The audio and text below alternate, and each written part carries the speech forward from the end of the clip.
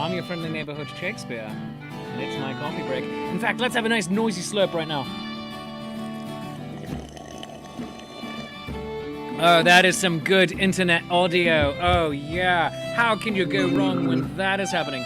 The gargling you're hearing in the background is today's guest, who frankly should know better because he works in the audio realm. Andrew McKee, the Irish bard and host of Life's a Faire, co-creator of that amazing program, or series of programs now, that is happening over in the internets. He is joining us here today, and you are going to love him. Susan saying, clean shaven again. Damn it, Sherlock Holmes. Yeah, I was clean shaven. Actually, it wasn't because of Sherlock Holmes. It was actually because I was doing a video as Gilderoy Lockhart. But it's coming back, and I'm getting some rather sexy stubble, if I say so myself. And it's pretty much my word against yours. But the music today is, of course, being provided by the Jackdaws, and I thank them for their love and support. But friends, let us bring in today's guest. He is a guest like none other, as are all of my guests, technically. No one's really like anyone else, and except that, they're all human. No one has yet been a different species. So there is that. But being that I have a love of science fiction, as you may remember from yesterday's episode, where I was talking to the gentleman from Nitpicking Babylon 5, an amazing podcast that I highly recommend that you go watch. Please welcome, my friends, the human, the Irish bard, co-creator of Life's a Faire, Andrew McKee. Hello. Have my babies. Always a pleasure, Shakespeare. Oh, before we begin, what do you think of my summer hat? I think it looks quite fetching. I think, yes, you're pulling off the summer hat. I think completely. I think it's definitely you. Yeah. I think it's not quite Renaissance, but since it's a linen shirt, it's very, it's like, yeah, you know what, who cares? Well, considering we're all doing this from our homes, we're not all quite Renaissance either, so it's all right. I don't know what you're talking about. I am deep in character and on the grounds of this weekend's upcoming New York Capital District Renaissance Fair.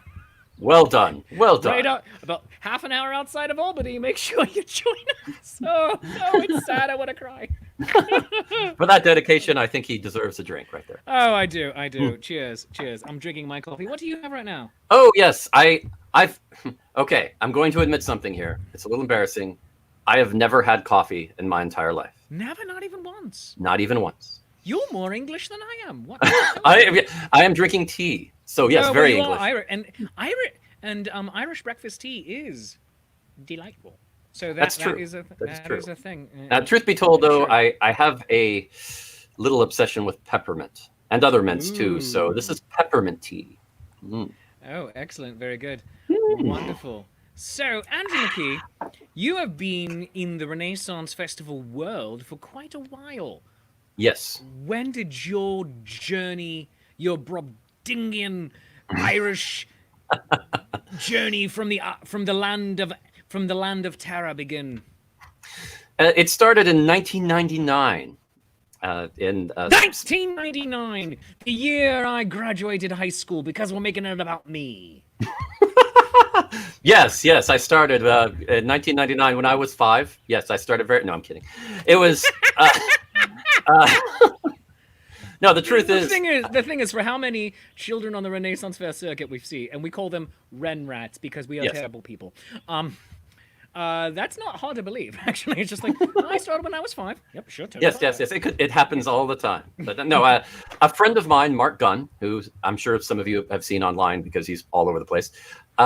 He was he's a good friend of mine, and he was my RA in the dorms in college, if you can believe that. Are you That's how we met. Kidding me? That's it. That is it.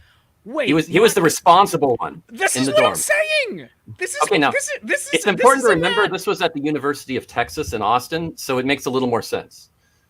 This is a man who plays the washboard and stuff. How is this fine? I know.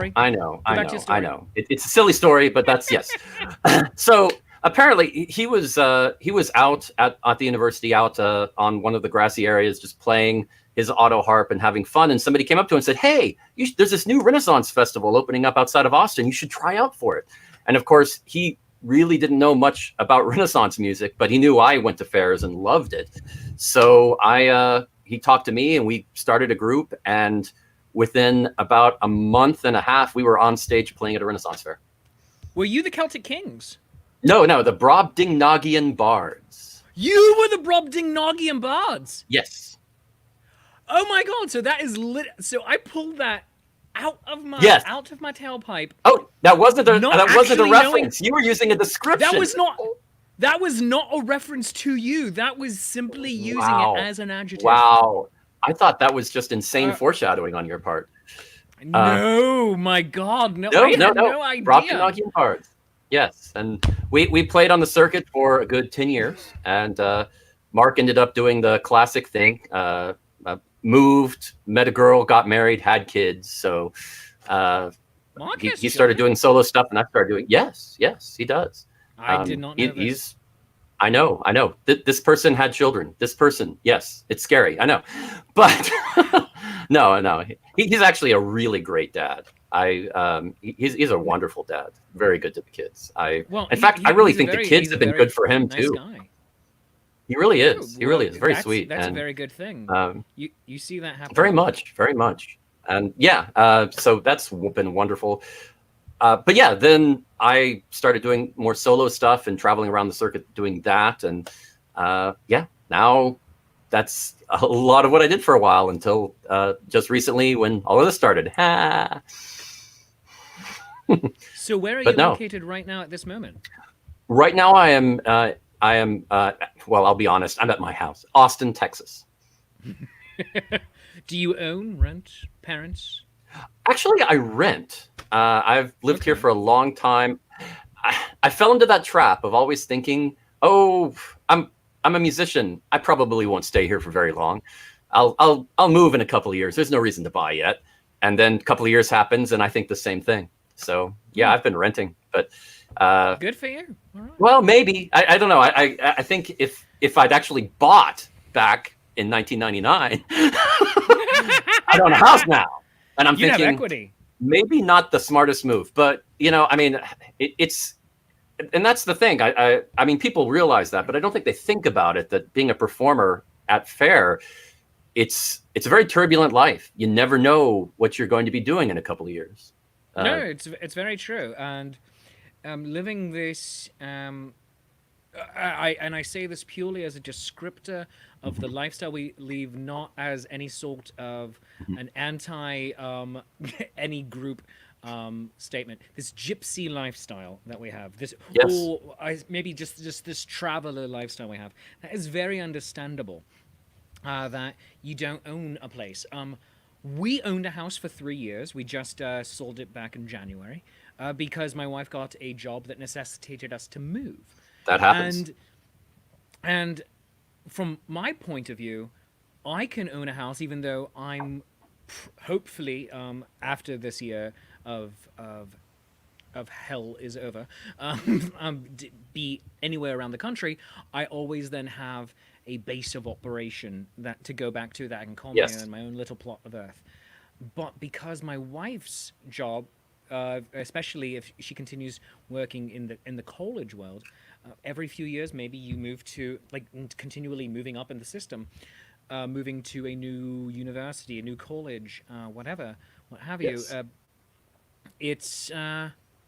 That itself may necessitate us to not own a house for a good considerable amount of time. Dave Dickey has a very good word. Dave, thank you very much. It is the transient traveling lifestyle. Thank you, Dave. Thank you. Right.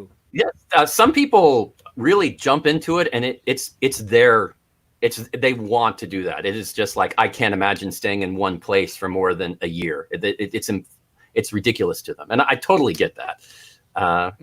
It can happen.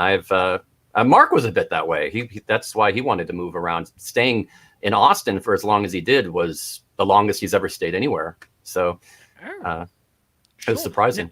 Now you have a challenge. From one of our viewers. She would like you to say, Brobdingnagian. I don't. She might be referring to the website, the bards.net, where. I actually did a sound clip years ago where I described how to say Brobdingnagian. So Brobdingnagian, thank you, Brobdingnagian. Yes, and one of the things is it actually got used in The Big Bang Theory. Oh. We had this up for years, and I think, and if you search for Brobdingnagian, our page came up pretty quickly, as you'd imagine. There's not much else out there. And they had a line on The Big Bang Theory, the TV show, where, it was Raj and Sheldon were sharing an office. And Raj got this huge desk and put it in there. And so Sheldon came in and said, "Wow, that's very Brobdingnagian." And he said, "Excuse me? Brobdingnagian. Well, what was that? Brobdingnagian. Can you three times fast? Brobdingnagian, Brobdingnagian, Brobdingnagian." And I was just like, "Oh my God, they just got that idea straight from our website, because that's exactly what I did." So so here it is. How to say Brobdingnagian? Brobdingnagian, Brobdingnagian, Brobdingnagian. 3 times fast. Brobdingnagian, Brobdingnagian, Brobdingnagian. Backwards. Nagingnidboard. Backwards 3 times fast. Nagingnidboard, Nagingnidboard, Nagingnidboard. Now in Spanish. No habla español? No, hablo, conjugate the verb. You're right. Dr. Sorry. Claw from the Inspector Gadget movie. So, the Inspector Gadget movie, real quick. Sorry, here's a tangent. Drink, everybody at home. I'll always talk movies with you, so no problem there. It is not a good movie, and yet has some very quotable moments. For instance, Dr. Claw having Gadget tied up, and he says, "You will do as I tell you, comprende?" And then he says, "I comprende." He goes, "No, comprendo, conjugate the verb." And so, there you go. Hablo, conjugate the verb. I don't know. It brings me joy. It brings me joy. And that's the important thing. That's what a movie is supposed to do. As long as it brings somebody joy, it's not a failure. Very good. Susan, of course, yelling, "Tangent." Well done, Susan. And Sally. Tangent. That's going to be the name of my next CD, I think. Tangent. Tangent. Yep, that's my lifestyle. But we're going to pause on this tangent for just a moment as I go over to pay some bills. So, Andrew, stick around. We're with Andrew McKee, the Irish bard, the co-creator and host of Life's a Faire. We're going to be talking a bit about that. We're finally going to start talking about his actual career and not about Mark Gunn in just a moment. Mark Gunn, he's not on the show. Screw that guy. You hear that, Mark Gunn? I'm coming for you. No, you're a very nice person. Been on his show a few times.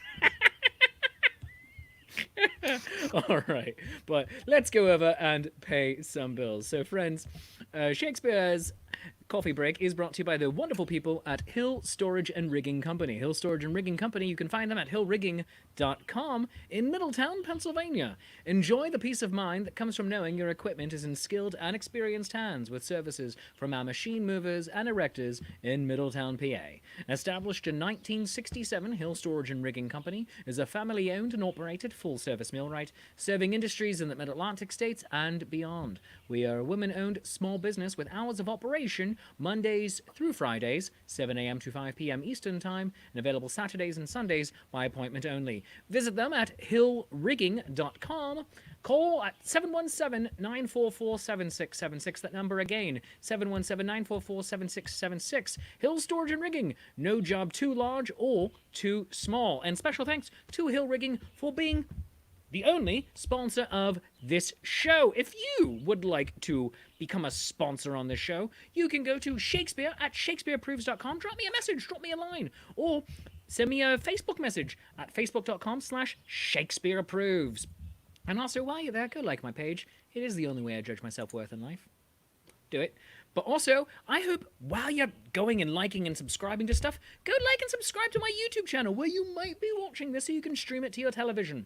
youtube.com/c/shakespeareapproves. And of course, make sure that you are liking the home of this show, facebook.com/Shakespeare's Coffee Break. Also, special thanks to the Zenith Players. You can find them at facebook.com/Zenith Players and zenithplayers.com for co-hosting this show. Coming up this Saturday night, the Zenith Players will be performing a new reading, week 13, I believe. So that's how long we've been in quarantine, A Winter's Tale. So Go check them out. Facebook.com/ZenithPlayers, Saturday night at 7 p.m. So let's get back into the show with our dear friend, Andrew McKee, the Irish bard. He's so Irish, it's in his name. Yes, yes. I'm so Irish, I actually have to put an extra filter on my webcam to get the extra red out of my face. That's how Irish I am. This is true. This is not as much of a joke as it sounds. Oh my goodness. My mother's family is nearly entirely Irish, and my dad has some Irish in him. So we were just doing the maths one day, and I'm about 60% Irish. Not actually doing like the official 23andMe or DNA testing yet, which gives you different breakdowns for what's the predominant genome in your structure. But the last time I was in Ireland, percent. I found something really interesting out the last time I was in Ireland. It was what's that? I was talking with some of the locals there, and when you watch TV in Ireland, a lot of it is about America. I mean, the politics, the pop culture, the stars, all of that. It's a lot about America. And I was confused at first. Like, y'all have news here too, right? And when I talked to the locals, they'd want to know about America and what was going on and what I thought about this or that. And I finally asked somebody directly, why all the fascination with America? And they just said, well, we kind of look at it as an Irish colony. I was like, what? And they just said, well, I mean, everybody here, every local knows at least some relative or friend who lives in America. So, it's like an Irish colony for us. And I was just kind of like, oh my God, I understand that.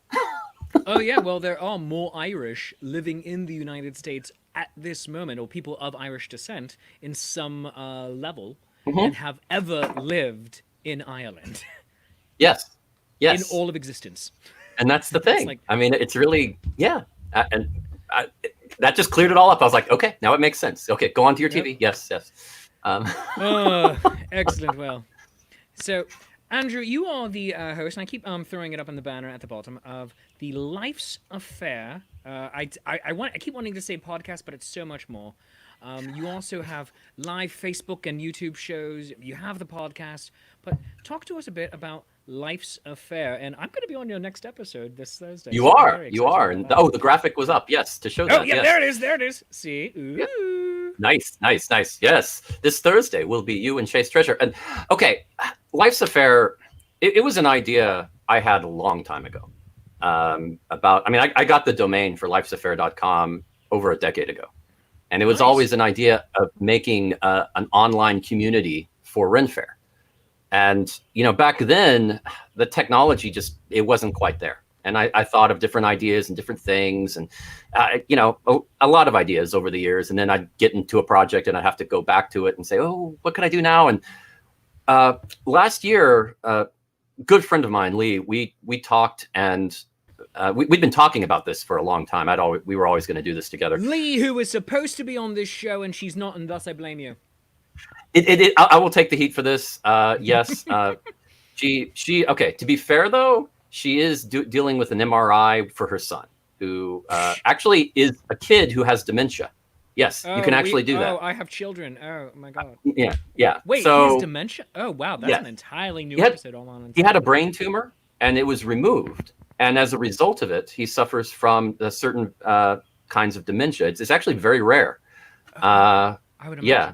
So they have to keep going and being up on that. So yeah, the fact that she helps out as much as she does with Life's Affair is astonishing and amazing. And I appreciate her every single day. I will say that. All right, Bob. You know what? I no longer blame you. And she's also great at getting me off the hook sometimes. So she's wonderful, wonderful person. I will so say that. But no, really, she is. She is amazing, and we talked about this. For the last 10 years, we've talked about doing something with this. And last year, we thought, I'd like to do a podcast. Let's do a podcast and start with that, and it would be great. And we'll release it sometime in July, August next year. And then the whole COVID thing happened, and we realized we can start this now. We have no infrastructure, we have nothing set up, but let's see what we can do. And it grew from there because there are all of these performers that were struggling and trying to get online and to be able to stream and do all of that. And originally we were just kind of thinking podcasts, but we realized we need to do shows and do more and get this community together and work on it. So yeah, that we jumped right into that. Luckily, I have a lot of tech knowledge. I've been doing computer tech work for longer than I've been doing music at Faire, to put it bluntly. And I'm also a sound engineer, so the audio part, not a problem either. So yeah, I worked tirelessly on that. Lee worked on the promotion, got a lot of that together, and we pretty much got Life's a Faire together in about 3 to 4 days. Excellent. And that's beautiful. then every week we'd add a little more and add a little more and tweak and do better. And we worked with the performers to say, okay, here's how you do your show. And I'd remote into their computers sometimes and help them set up their software and their webcams and get it all going. And we do this. It was a lot of work, but very rewarding. And I look at some of the live shows, some of the performers that were on our show and what they're doing now and how much better it is than it was before. And yeah, I mean, there were a lot of 16-hour work days, but it's hard not to think of it as completely worth it. It really was. That is exactly the same point I came to with both this daily show and and then what I call the event shows, which are scripted, cast, performed versions of adaptations of my Ren Fair shows. Where that at first was like, all right, well, I might be losing gigs, and also I want to keep providing things to people online, and I'd been itinerantly providing online material on and off, sometimes in the busy season, sometimes in my off season, which tends to be January through at least the beginning of April. And so the beginning of the COVID crisis was always a more or less dead or slow time for me. Mm-hmm. And this basically just prompted me to kick it into gear faster. Of like, all right, what do I do? And so I started doing this first just as like, all right, let's provide some content to people. And I feel I'm contractually obligated to provide stuff to at least the patrons on Patreon, whatnot. Yes. By the way, go to patreon.com/Shakespeare. I lucked out on a good one right there. I'm like, oh, yes. No. Really? Shakespeare was... Yeah. /Shakespeare for Patreon wasn't taken. So basically, suck it, everyone else. All right. So there we go. I am magnanimous in my victory. Well done. Well done. I can appreciate that because when I started doing the solo work, mm-hmm. I was unsure, like, what do I call myself? I mean, yeah, Andrew McKee. I'm going to do Irish music. I mean, duh. But I need a moniker after that. And I was kind of, what do I use? And I went through a lot of ideas and I thought, well, I'd just like to be the Irish bard, but I'm sure that's taken. And I looked, no one. You do a search for the Irish bard and you find some references to bards in Ireland history. And that was it. And I was kind of like, you got to be, well, the domain name, mine. And it was, yeah. So I many years ago, I tried getting Shakespeare.com. Mm-hmm. Couldn't get it. It was taken by like a legit library or something. Those bloody libraries. I know, right? But the funny thing was, it wasn't even like the Folger or Stratford or anything. They're like, no, we want this. All right, cool. Shakespeare. It'd be like Shakespeare.gov for them. I mean, isn't that cheating somehow? Yeah.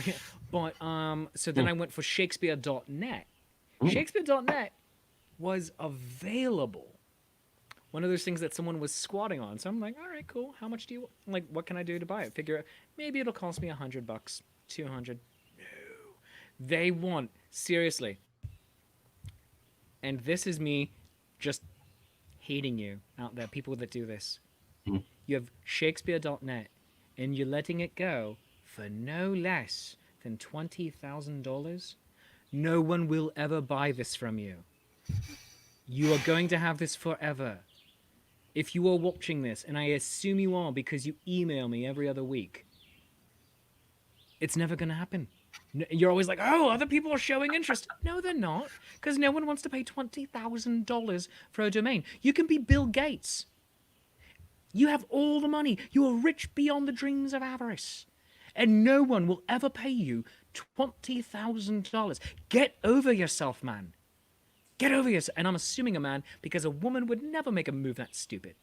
All right, rant over. Yeah, it's weird. But that's why I set up this. And then also the shows, because it's like I can't just do my show, because doing my show, as you have seen, I always pull in random people. And Yes. folks, please watch Life's a Fair this Thursday if you want to see what my show would be like, purely being just myself. It's surreal. I watched the video back and I'm like, it's not bad. It's just surreal because I'm so always used to pulling in other people. I hope that you thought it was good, Andrew. It was very good. Well, thank you. They were both Lee and I were very happy. We ended up watching it twice because I was just kind of like, okay, I got to see this again, because it was really good use of the Z-axis, just forward and backward. Coming towards the camera and away. I mean, there's just so many good things in there that I had not seen other performers really do yet. So you can really tell you put a lot of thought into it. I'm going to give you lots of credit on that. I do. It took me about 3 days to map it out. Of like, all right, how am I going to? I believe it. Yeah, one day I was like, oh, today's the day, and it was raining. I'm like, nope. And then the next day I did it, but the camera decided to well, it was. I blame the camera. It was entirely user error, but it prompted me from going from having a 2-camera setup.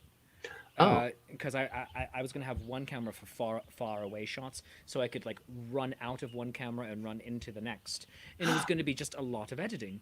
And then Taram, off-screen wife, very, very sagely said, "Do you really want to do that? That seems like an extra, really load amount of just technical extra." I'm like, okay, cool. So I'll be recording myself, and I'll be recording my sound on one thing, on one channel. I'll have the cameras, and then it crapped out. So I recorded myself on one thing, but then the camera, then went down to just one camera. That's the one you have that you're all going to watch. But I didn't even need the microphone that was recording me. Okay. In the end, yeah. So because it sounded like, oh, this sounds.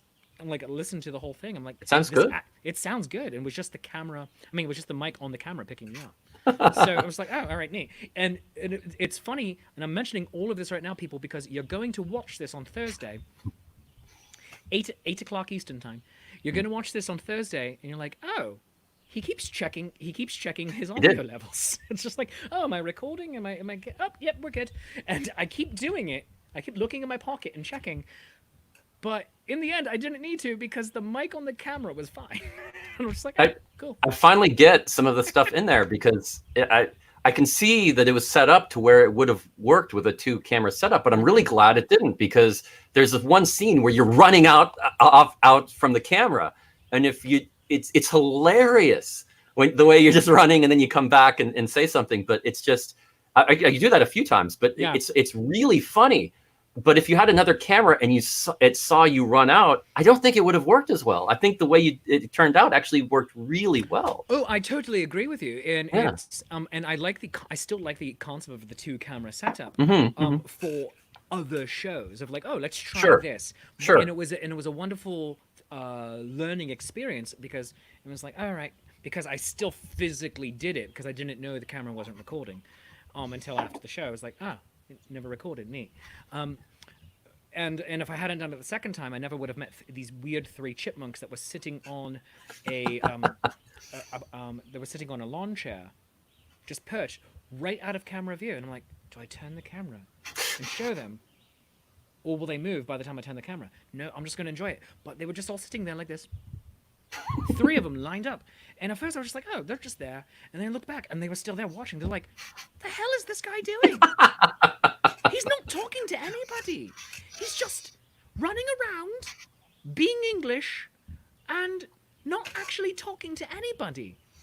And they wanted to see a show. Yeah, there you have it. Maybe they were like, you know what, he's doing this for us. And maybe that's good advice. If you're going to record a show that you're going to live stream later, it's awkward not having an audience. Get a few people, get a few animals, set them up. It'll make a difference. Oh yeah. My wife was going to watch it, but then she was doing an online training at the same time, so she was going to be my audience. It was just like, but whenever she does that, she runs the danger of getting pulled into the show. But yeah, But back to the original OG point, Oh yes, of you doing Life's Affair in order to give your fellow performers a venue of some sort. It's the same. It's the same concept of yes, this. Even though we often all have a lot of the same fans, there are some numbers of people that are getting introduced to each other for the very first time through doing these it's streams, true. It's through true. doing these programs. And if you're a performer from the West Coast primarily, or in the South, whatever, you're getting introduced to a Northern audience or to a It's Southern true. audience or to a West Coast, whatever. And it is an amazing opportunity we have here. And because my talents, I have nothing with musical. I have no other castmates I do a show with. I don't do a fight show. It's me talking and yelling and running around like a headless chicken for half an hour. My I, talents convey themselves more towards just the talking and the facilitating of others to come in. I felt it's like, well, right, that is almost my duty of what I have to do at this moment in time. Now, And for then those of hopefully, you watching who are listening to him say this, you know, and you've seen his show, you know that he's being insanely modest about the no talent with music thing, because he does do songs in his show. In bad fact, songs, he badly. did do a song in the show for Thursday, and it is hilariously good. So Did you add in a drum line to it? I'm actually thinking about doing a clap track with the whole, That'd be amazing. doing on That'd be that, amazing. Oh because my it's just, god. I was just Totally thinking, do gosh, it. I'm tempted. Totally. I'm tempted. I'm looking at it. It wouldn't be too hard to do. So I'm thinking maybe Oh, if I have the time, I'm putting it in. all right. So so there are several shows that you do every week now for Yes. Life's Affair. You have you have the Thursday show, which features other performers. For instance, Chase Treasure is going to be doing music, and then me, the Headless Chicken show. Um, there you also have like Lady Prudence has been on. I'm Yes. assuming you have some. Are all the shows predominantly music based, or do you split it out? You know, it depends. I try to split it up where sometimes it'll be somebody non-musical and somebody musical. But if for some reason it works out where they're both musical, I try to make it where they're not competing. They're musically complementary, and I can try to explain what that means, but sometimes you just know it when you hear it. Mm-hmm. It's just like you don't want to put two accordion players on back to back. That's just a bad idea. But because there's the comparison at the very least, and you want to avoid that.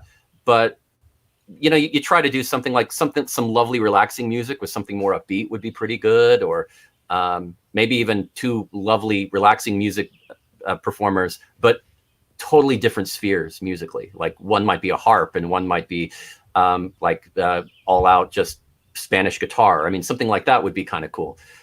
Just totally different, but also similar. I mean, so you just have to find that balance. I mean, and you never know. I always try, and sometimes I'm greatly surprised by how well it works out. That's the fun for me, because I'm not just. I mean, I'm producing the show and I'm clicking through. I'm starting each segment as the show airs and goes live in real time. But I also get to enjoy the show, and that's a lot of fun. That is absolutely wonderful, and I'm so very glad that you are. And I need to also at some point bring you in as one of the musical um, bits for my event shows. Oh So yeah, please, yeah, yeah, love to. yeah, maybe for the Hamlet Christmas special in July, or the Hmm. Tempest or something in the fall. So yeah, As we'd a love matter to of fact, I did play music for the Shakespeare play that we performed in high school, so this isn't that far removed. Well, there Uh, you have it. Obviously, which that's was how we weird go. because at the same time I was acting as Shylock, so it was really go backstage, play music, go back out. Okay. Uh, Susan, by the way, I is wouldn't have saying. traded it for a wilderness of monkeys, two ball. And it's all. Yeah. Susan, of course, is saying accordion mention. Everyone drink. All right. Oh, fair enough. Actually, I said two accordions back to back, so we probably should do drink twice. again. Then drink again. So to be fair. Yeah, absolutely. Now, as we are coming to a close, What do you want to impart to the people? Other than, hey, watch my show, listen to the Well, hey, watch my show. No, buy my music. yeah. Wow. That's a good question. I guess that this is a tough time for everyone. And I know there's a lot of key things in the news that are going on and probably scaring everybody like crazy, but that's not the only, I mean, people's real lives are still happening, and and often life can be hard. So just keep looking at it as things will change, and things will get better. I mean, there'll be bad things later in the future too, but you just do what you can and get through it. This is a very shocking time for a lot of people, and I know people are a little depressed, but it's the trick is to really see what you can do and do what you can. And That's if you can, beautiful. if you do that, then you will. That is about the best therapy I can say for everyone out there. See what you can do and do what you can. That is a beautiful way to go out here. But you know what? I'm thinking we do it on the Friday happy hour shows. We have a toast. I think we should end this show with a toast. So start thinking about maybe what you want to toast about, Andrew. And in the meantime, I'm going to start wrapping things up. If you want to support Andrew, and you do. As the Irish Bard, you can go to PayPal if you want to just throw money randomly. You can go to paypal.me/IrishBard, Venmo @IrishBard. Follow him on Facebook, The Irish Bard. Go to theirishbard.com. Patreon, just support him every month. Patreon.com/IrishBard. TheIrishBard.bandcamp.com if you want to download his music for the Life's Affair show. And definitely go like and subscribe to Life's Affair. Facebook.com/Life's Affair, lifesaffair.com, patreon.com/Life's Affair. You can find the Life's Affair podcast on Apple and Spotify. All of the places, all of the things, and go and do that. And I didn't even make him perform music today, and I was gonna. He was. I was gonna. It never happened because we kept talking. We didn't even get into talking about Star Trek or any other nerdy stuff. We can do that though. We can make this show go forever. I said yesterday, I joked with the Nitpicking Babylon 5 guys yesterday that we would keep going on with the show, but I tried to cut it at half an hour. It ended up being about 40 minutes. But you know what? I could have made it a 3-hour show, and we would have just talked about all the meanings of Babylon 5. So they're going to come back. They're going to do it again. And I'm going to be on their show at some point soon, too. It's very exciting to me. But anyway, I'm just randomly talking. Is there a point? Who knows? Is there ever a point to this show? Does it matter? You're here for the train wreck. Now, friends. So, as we are wrapping up the show, and Susan Hill says, oh, this would be a good toast from Susan Hill. Susan Hill has the very first toast of the day. Be strong, be safe, be good, and hey, nonny. Well done. I'll drink to that, Susan. Yes. All right, Andrew, what is your toast, sir? Well, that line I came up with earlier was pretty good, so I think I'm going to do a variation of that. All right, do it. Let's see. Okay, let's try this.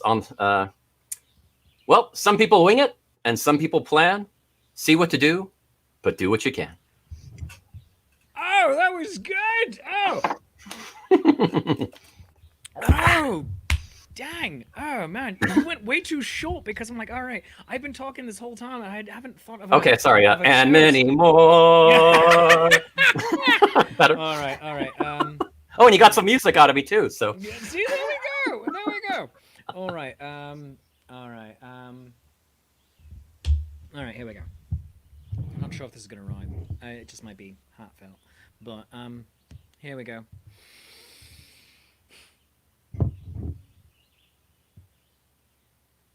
To peace and to long life, may we always live long and prosper.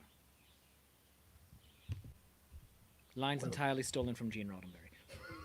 If you're going to steal from the masters. That's what I say. There we go. Steal from the great bird in the galaxy. Indeed. All right. So let's see. Now I'm supposed to say, okay, go watch my show. Yes, go watch Andrew's show. Go do it. Go do all the things. Life's Affair, Gathering of Fair, is going to be this Thursday, 7 p.m. Central Time, 8 p.m. Eastern. That also means 5 p.m. Pacific. Who the hell knows in Arizona? Yeah. No one knows. And in Indiana, who knows? It's there. We're great there. That is no way to run a civilization. No, You go county to county. Why? Why? that's definitely. I mean, I mean, in Nebraska, I could totally understand. They have a unicameral legislature. They do things not the anyway. But I'm just saying. It's mass chaos. It's insane. It is. Oh, Oh man. why? Why? Oh, let's see. Oh, also, there's one thing I do want to say. This is the show with 7 endings. It's As Life's Return of the King. Fair, we don't take money from the performers. So when you see the show and you tip them, all the money goes to them. You're insinuating there are other shows that do take money from the performers when you say Am that. I? And it's Are there shows that take money from the performers? anyway. Oh no, I'm gonna have to talk to you offline. I'm not. There might be. But I mean, I'm sure it's not much if they do. But I'm just saying that I just want to make that clear because I have heard people ask before about that, and it's just no, we don't take any money. The only money we're making for all this work that we do is from our Patreon. That's it. We don't monetize anything else. Everything else is about promoting the groups and getting them out there and trying to support everybody through this. So yeah, if you do like to support us on this, patreon.com/Life's Affair, we'd appreciate it. So yeah, and basically go there to help keep the lights on. And if you want to hear more from Shakespeare after the show, I'm going to be interviewing him for our next podcast. So you can check out the podcast next week. We put it early on our Patreon, but on Tuesday, it goes up for everybody on Spotify, Apple Podcasts, and our webpage. You can check it out. And it is, so you'll get to hear a little more from me. Scenes. Yes. So you'll hear us talk even more. I mean, let's just I was doing the math. Since quarantine started 13 weeks ago, you've gotten approximately 9 million hours of content from me. And that's just math. I mean, that's just that because I turn on the camera and then I don't shut it. And I'm just like, nope, we're just continuing, and I take you into the bathroom with me. It's weird. It's a little bit awkward, but you know what? We're all here together.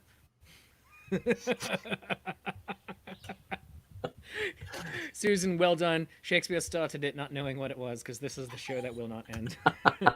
And then Dave Dickey. It just goes on and on, my friends. Well done. I've got the song in my head. Sorry. Shakespeare started doing it not knowing what it was. And then Andrew continued it forever just because this is the show that never ends. Oh, my dear Lord. We were doing, all right, fun mini tangent. I forget which festival it was, probably Connecticut. But parades, the parades around the fairgrounds. And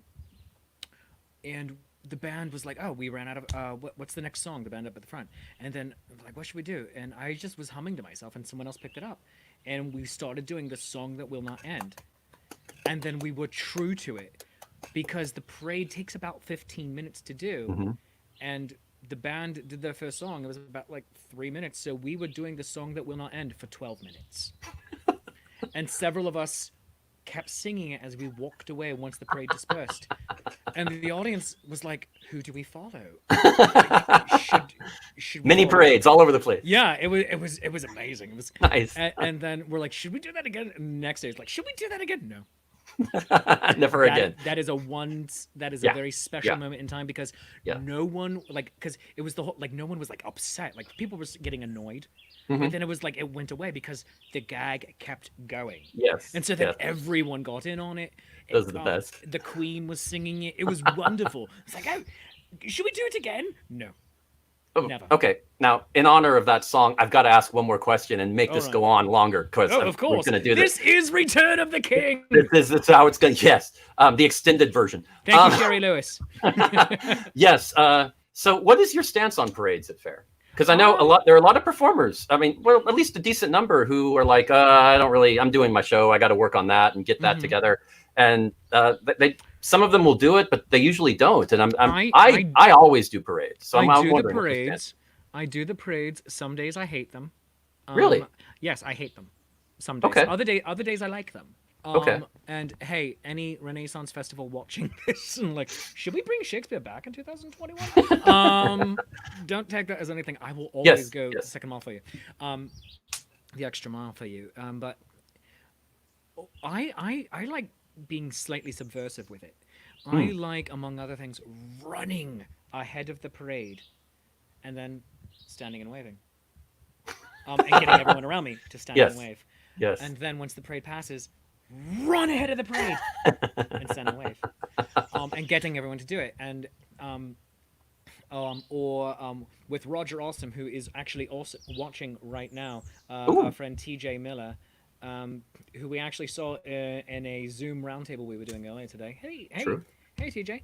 Hey. We like to often run ahead to someone who is filming the parade on their phone, and then just start doing it like we are doing BBC coverage of the Queen's progress through this little town. We're like, and Her Majesty the Queen has come to the area, and sometimes I'll be holding my quill or something like a microphone. But so I don't have my quill here. I do have a microphone. And so Her Majesty the Queen is coming through the town of Stratford. And yes, you, Roger Awesome, what are your thoughts on this? Oh my God, Her Majesty the Queen is here. Oh, very good. Oh, and here are the guards watching through. Yes, good redcoat yeomans that they are. Oh, here's Chase Treasure. Oh, yes, very good. Oh, this is Shakespeare with the BBC. Back to you in the control room. And it's just like, why?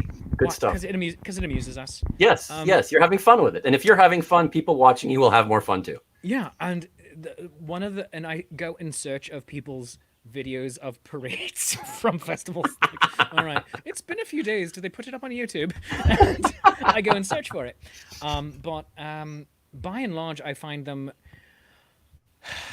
not very fun because Usually the hottest time of the day. Yes, that and the festivals. Some festivals do an amazing job with them. Louisiana tends to do a very good job with the parade. Connecticut does a pretty good job with the parade. But Susan, have we reached Mordor yet? No, we have not. All right. Long way to go. Sally says we're only halfway up the mountain. Yes. Right. Yes. We need to watch out for the golem attack. Dave has been known to lead his own parades. Well done, Dave. Haven't even hit Shelob yet, so we're good. No, come on, please. We're just reaching the denouement of our story. No, there's a great thing. There's a great lesson to be learned from Disney World. Disney World puts the parades into the schedule. True. It is on the schedule of events happening in the park today. Some festivals put it in that it's happening, but you need to make a huge, gigantic deal of it, as in up to and including rope off the parade route. I don't think any festivals really do that. Like you'll have like guards walking ahead of like, clear the way. But rope off the parade route, because if you do that, interesting, people then want to go up to the ropes and say, what's happening here? Yes. You have to almost create the line so then people see a line. Interesting. Yeah, and then are willing to stand there for 15 to 30 minutes. Yeah, because it's worth waiting because something big is going to happen. Yeah, and then also space out the parade more. Everybody clumps up. You have to have someone, and I often will take it upon myself because I am that guy. Space out the parade. It's like, no, you need a minimum of 5 yards in between each. Yes. Especially if there's an act. So the act can be hawking themselves. Yeah. Or just having their moment in the 3 seconds, because it takes about 3 seconds to walk 5 yards. Yeah. So if you have 5 yards, it takes an act. You have 3 seconds in that person's field of view before the next thing. The next thing. You have a band. You have a few non-musical things, people just shouting stuff. You have people dancing with the band in front of them or the band behind them, whatever. And then more music starts up against someone else, and then it's more music, and then it fades away. And that is how you do it. Call me Renaissance festivals all over the country. I can fix your parades. You can tell who in the parade has been in a marching band and who has not. because my Lord. you get used to having this amount of space between us, and you maintain it even without thinking if you've done it before. But if you haven't, it's like, Yeah. People tend to clump up. They're just like, Yes. oh, all right, you're not too far ahead of me. All right, cool, Yeah. I'll walk. Yeah, It's like, oh, they you're do. about a person's length ahead of me. And it's It's just like, no, you don't go a person's length. You go. Think of it as an American football field. 5 yards. 5 yards. That's a 5 good rule. yards. 5 yards. That is how you do it. and that's generally how they do it. Here's the reason of why. That is a very good Dobron point. Lutra. Louisiana knows how to parade because of Mardi Gras. There you They go. are parade You have a experts. parade culture. That is There you go. very, very true. That is very, very true. Very good point. Very good point. Okay, let me tell you my view of parades. This is the show that will not end. We will Yes. not end the show. We're going into extra innings. Parades. We're going into extra innings. I was doing Ren fairs for a while, going to Ren fairs before I performed at them. I really always enjoyed Ren fairs, and I mostly for me, honestly, it was the shows and the music and all of that. I really, of course, obsessed about the music because, well, obviously we all have our things, but after I started performing, I mean, one of the things I always loved about Ren Fair is the people watching. Yes. The people, the costumes. I mean, that and sci-fi fantasy conventions, same thing. I love the people watching. It's great. But I'm on most of the day. I usually schedule myself like crazy, working all the time. I hardly get breaks. So I never really get much of a chance. A little here, a little there. Sometimes if I'm busking, I can see people walking by, but I never see everybody. Except one time during the day, everybody in the fair lines up for my inspection. So I can walk by them and see everybody in costume at once. Nice. So I think it's kind of how you look at it. Because for me, it's kind of like, okay, time to see everything. And this is like, parade is my time to enjoy and almost be a patron, honestly, because I play my music as I'm going in the parade, and then I watch, and I'm like, oh my God, that's a great outfit. Okay, yeah. Wow. And some festivals do themselves a disservice in some regard by not clearing the schedule for that parade.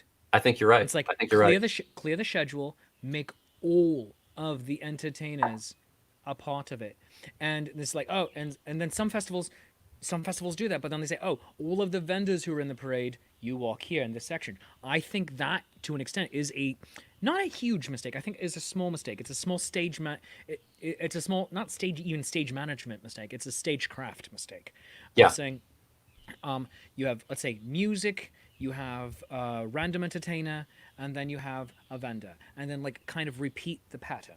So the parade is not visually boring as well. That's a good point. And you also get to separate because different acts, because there's so much separation, they can be heard or seen individually. I mean, you get the music, because I've seen some parades, they put all the musicians in one area, and that's it. And I'm just kind of like, why would you do that? Why would you do that? Yeah. But you also, most festivals more often than not also have their own casts, whether they are like the local cast of like volunteer actors or paid professional actors who are doing a scenario show or Shakespeare's or Commedia, whatever. You have to have all of them in this parade. Pennsylvania Renaissance Fair, I'm not sure if they still do because I haven't been in years, but they used to do a beautiful parade. It was perfectly done. But that show is also more theatrical than most other festivals. This is true. So I'm not sure if you've ever played that show, but I haven't ever been. I've heard I know a lot of people who do, but I haven't been to that one. And I've heard very similar things about the Maryland Yes. Festival's parade as well. It's very theatrical, and Yes. you need to follow that Disney World or Mardi Gras setup. And so you fill in all the gaps with your cast members, but also have your cast members like running ahead to get the crowd worked up, and like have a few Very good. Cheerleaders effectively of like cheer, Sure. oh my God, and just keep the enthusiasm going. Oh my God, it's Shakespeare, look at him. Oh, it's the Lords of Adventure, it's Andrew McKee, he's playing the recorder and a guitar at the same time. How is he doing this? And just he's Slowly. Bob Ding Noggin. So Gosh, now you make me want to try that. oh, see. see, you're going to become the Billy Joel of this hello. thing. You're going to become the Billy Joel of Ren Fairs, only instead of a harmonica.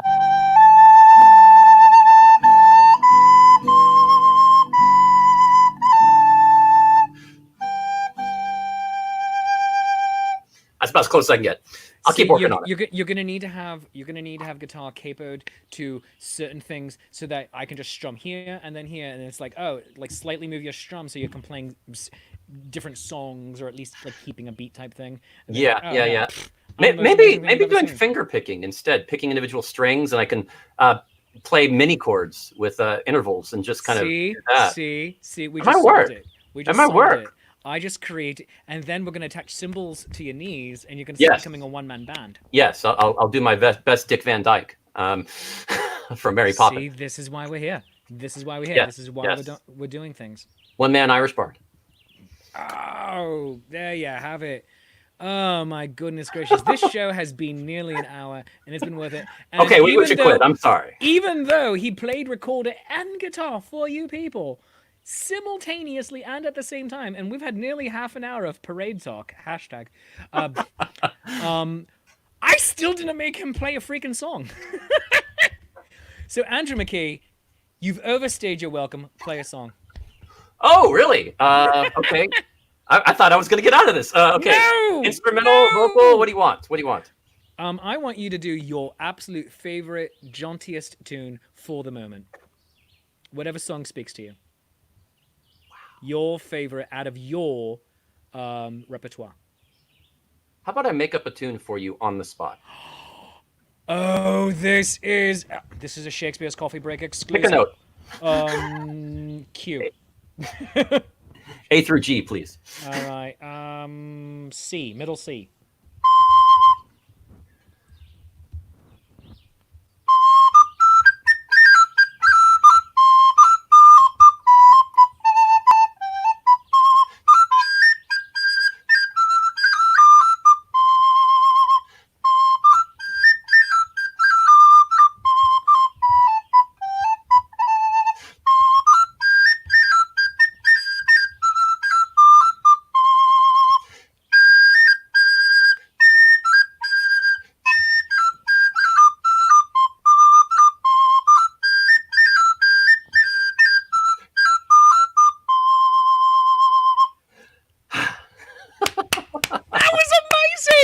And now I'm glad this is recorded because I really did make that up. I don't know. There's so many songs I'll make up and then gone afterwards. Friends, that track is called the Shakespeare's Coffee Break exclusive. It will be available tomorrow on bandcamp.com. On both of our bandcamps. There you go. There you go. Amazing. Yeah, you picked the C's, so I guess we're collaborators on that. There we are. Go right. That's how this works. I called it. Dibs. Yeah. Friends, his show is Life's Affair. Join him on Thursday. Join me with him on Thursday. And it is amazing. He is Andrew McKee. Go like him on all the things: PayPal, Venmo, Patreon. Go like all the social medias for the Irish Bard and Life's Affair. Andrew, thank you so much for joining us. Thank you for having me. It's always a pleasure. Friends, this has been, and I'm ending it for real this time, this has been Shakespeare's Coffee Break, because I am your friendly neighborhood Shakespeare, and this has been my coffee break. Coffee break's so long, it's taking me into the end of the workday, so screw you, boss. I am my boss, so whatever. Let's have a nice noisy slurp here at the end. Oh, the dregs, but good to the last drop. Oh, friends, thank you very much for being here. If you've enjoyed this show half as much as I've enjoyed performing it and hosting it for you, then I've enjoyed it twice as much as you did. And that's called math. Now, whatever you feel the show is worth, a 1, a 5, a 10, for a 50, you could get a part in my new show, Macbeth, Death My Fluffy Kittens. It's going to be on June 24th on Facebook and YouTube at facebook.com/ShakespeareApproves and youtube.com/C/ShakespeareApproves. Please throw it in there. The Indiegogo for Macbeth will be up tomorrow morning.